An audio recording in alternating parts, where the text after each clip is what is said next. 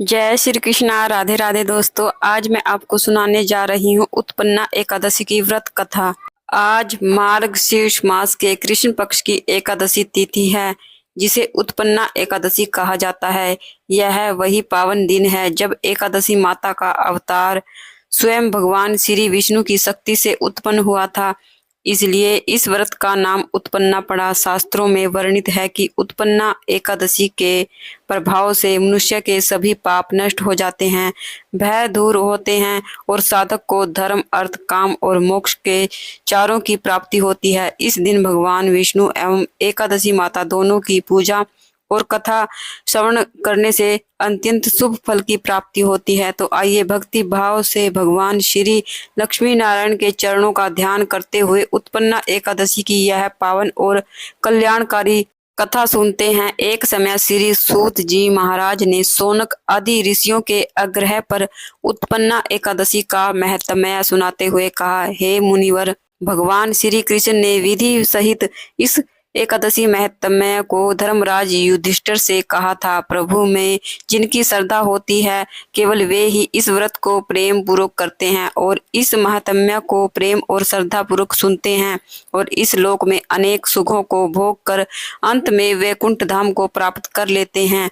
एक बार धर्मराज ने भगवान श्री कृष्ण से पूछा, हे जनार्दन, एकादशी व्रत की महिमा क्या है तथा इस व्रत को करने से कौन सा पुण्य मिलता है, इसकी विधि क्या है, सो आप मुझे बताने की कृपा करें। धर्मराज युधिष्ठिर के यह वचन सुनकर भगवान कृष्ण ने कहा, हे धर्मराज, सबसे पहले ऋतु के मार्गशीर्ष मास में कृष्ण पक्ष की एकादशी का व्रत रखना चाहिए। दसवीं तिथि को शाम के समय दातुन करनी चाहिए और रात को भोजन नहीं करना चाहिए। एकादशी को सुबह संकल्प के नियम अनुसार काम करना चाहिए। स्नान करने से पहले तुलसी जी की जड़ की मिट्टी शरीर पर लेप लगाकर उसके बाद स्नान करना चाहिए। भगवान विष्णु को चंदन का तिलक कर खुद भी मस्तक पर चंदन का तिलक लगाना चाहिए। स्नान के बाद धूप दीप नैवेद्य से भगवान की पूजा अर्चना करनी चाहिए और रात में दीपदान करना चाहिए। यह सभी नियम भक्ति पूर्वक पालन करना चाहिए। रात में जागरण करते हुए श्री हरि के नाम का जाप करना चाहिए और किसी भी प्रकार के भोग विलास या स्त्री प्रसंग से किसी भी प्रकार की निंदनीय कार्य से सर्वथा दूर रहना चाहिए। आगे भगवान श्री कृष्ण बोले, हे युधिष्ठिर, जो फल वेद पाठी ब्राह्मणों को 1000 गोदान करने से प्राप्त होता है, उससे 10 गुना अधिक पुण्य इस एकादशी का व्रत करने से मिल जाता है। 10 श्रेष्ठ ब्राह्मणों को भोजन कराने से जिस पुण्य की प्राप्ति होती है, वही एकादशी के पुण्य के 10वें भाग के बराबर हो जाता है। निर्जल व्रत करने का आधा फल एक बार भोजन करने के बराबर होता है। इसलिए एकादशी का व्रत करने पर ही यज्ञ, दान, तप आदि पुण्य मिलते हैं, नहीं तो नहीं मिलते। इसलिए जीवन में एक बार एकादशी का व्रत अवश्य ही करना चाहिए। इस एकादशी के व्रत में शंख से जल नहीं पीना चाहिए। मांसाहार और अन्य तामसिक भोजनों का त्याग करना चाहिए। एकादशी व्रत का फल 1000 यज्ञों से भी ज्यादा माना गया है। भगवान श्री कृष्ण के मुख से ऐसे वचन सुनकर धर्मराज ने कहा, हे प्रभु, आपने इस एकादशी व्रत के पुण्य को अनेक तीर्थों के पुण्य से अधिक श्रेष्ठ और पवित्र क्यों बतलाया है? कृपया करके यह सब आप विस्तार पूर्वक कहिए। तब भगवान श्री कृष्ण ने कहा, हे धर्मराज, पौराणिक कथाओं के अनुसार सतयुग में मुर नाम का एक दैत्य उत्पन्न हुआ, जो कि बहुत बड़ा बलवान और भयानक था। उस प्रचंड दैत्य ने देवराज इंद्र इत्यादि वसु, वायु, अग्नि आदि सभी देवताओं को पराजित करके उनके अधिकार छीन लिए।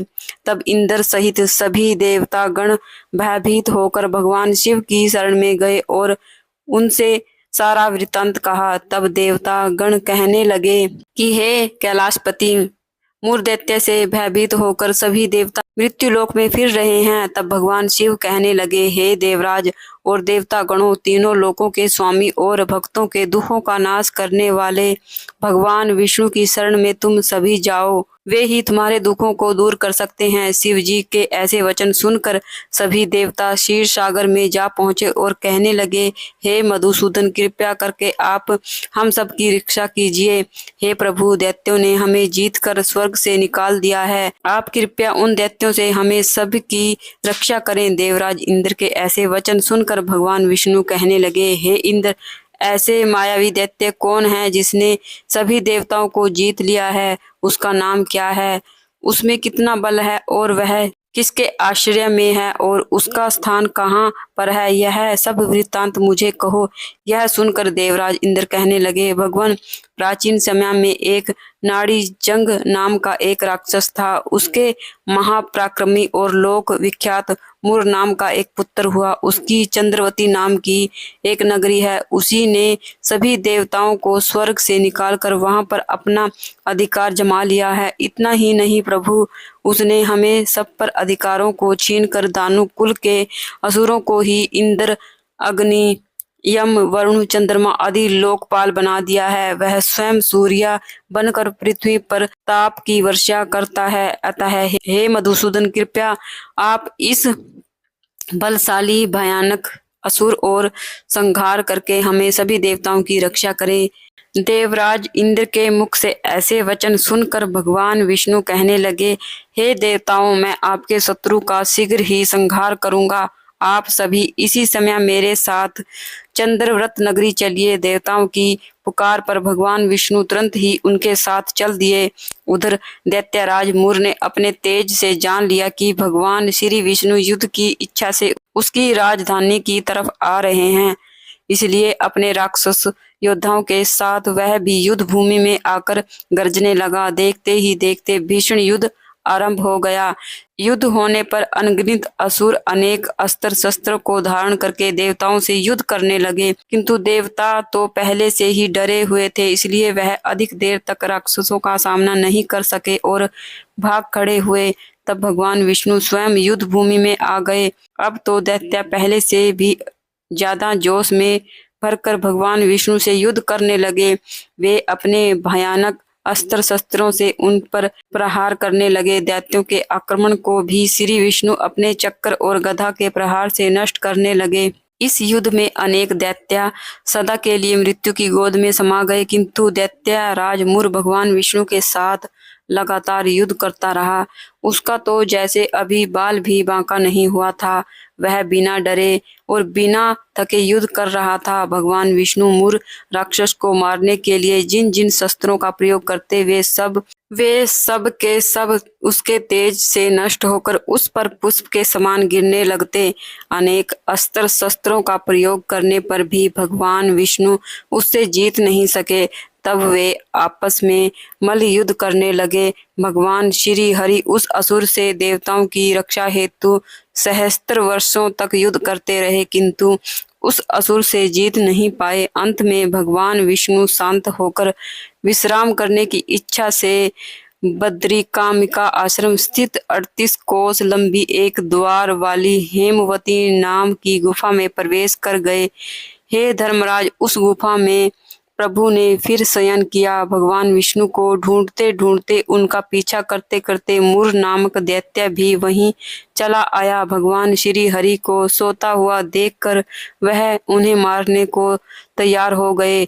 वह सोच रहा था कि मैं आज अपने चीर शत्रु को मारकर हमेशा हमेशा के लिए मुक्त हो जाऊंगा, परंतु उसकी यह इच्छा पूर्ण नहीं हो सकी, क्योंकि उसी समय भगवान विष्णु की दिव्यादेह से एक दिव्य वस्त्र धारण किए हुए अत्यंत मोहिनी कन्या प्रकट हुई। प्रकट होते ही वह कन्या राक्षस को ललकार कर उससे युद्ध करने लगी। उस कन्या को देखकर राक्षस घोर आश्चर्य हुआ और वह सोचने लगा कि ऐसी दिव्य कन्या कहाँ से उत्पन्न हो गई, और फिर वह असुर उस कन्या से लगातार युद्ध करता रहा। कुछ समय बीतने पर उस कन्या ने क्रोध में आकर उस दैत्य के अस्त्र शस्त्रों के टुकड़े टुकड़े कर दिए और उसका रथ भी तोड़ दिया। अब तो उस दैत्य को बड़ा ही क्रोध आया और वह सारी मर्यादाएं भंग करके उस कन्या से मल्ल युद्ध करने लगा। उस तेजस्वी कन्या ने उसे धक्का मारकर मूर्छित कर दिया। उसकी मूर्छा टूटने से पहले ही उन्होंने उसका सिर काट कर धड़ से अलग कर दिया। सिर कटते ही वह असुर धरती पर गिरकर मृत्यु को प्राप्त हो गया। बाकी बचे हुए असुर अपने राजा का ऐसा दुखद अंत देखकर भयभीत होकर पाताल में भाग गए।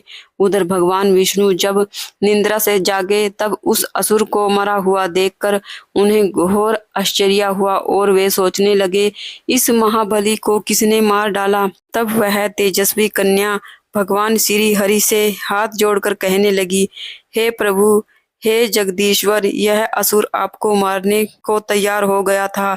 तब मैंने आपके शरीर से उत्पन्न होकर इस असुर को वध कर दिया। कन्या की बात सुनकर भगवान बोले, देवी, तुमने इस असुर को मारा है, इसलिए मैं तुम पर अत्यंत प्रसन्न हूँ। इसे मारकर तुमने तीनों लोकों के देवताओं के कष्टों को दूर कर दिया है। इसलिए आज से तुम अपनी इच्छा अनुसार वरदान मांग लो, मैं तुम्हारी हर इच्छा को पूर्ण करूंगा। भगवान की बात सुनकर वह कन्या बोली, हे प्रभु, मुझे यह वरदान दीजिए कि जो भी मनुष्य या देव मेरा व्रत करे, मेरा ध्यान करे, उसके सभी पाप तुरंत ही नष्ट हो जाएं और अंत में उसे स्वर्ग लोक की प्राप्ति हो जाए। मेरा व्रत का आधा फल व्रती को मिले और आधा फल एक समय भोजन करने वाले को मिले। जो श्रद्धालु भक्ति पूर्वक मेरे इस व्रत को करे वह निश्चय ही वैकुंठ लोक को प्राप्त कर ले। हे प्रभु, जो मनुष्य मेरे व्रत में दिन और रात्रि को केवल एक ही फलहार करे और भोजन करे वह धन धान्य से भरपूर रहे, कृपया करे। हे प्रभु, मुझे ऐसा वरदान दीजिए। तब भगवान श्री हरि विष्णु कहने लगे, कन्या, ऐसा ही होगा। मेरे और तुम्हारे भक्त एक ही होंगे और अंत में संसार में प्रसिद्धि को प्राप्त कर वे मेरे लोक को। हे कल्याणी, क्योंकि तुम एकादशी को पैदा हुई हो इसलिए तुम्हारा नाम भी एकादशी हुआ, और क्योंकि तुम मेरे अंश से उत्पन्न हो इसलिए संसार में तुम उत्पन्ना एकादशी के नाम से जानी जाओगी।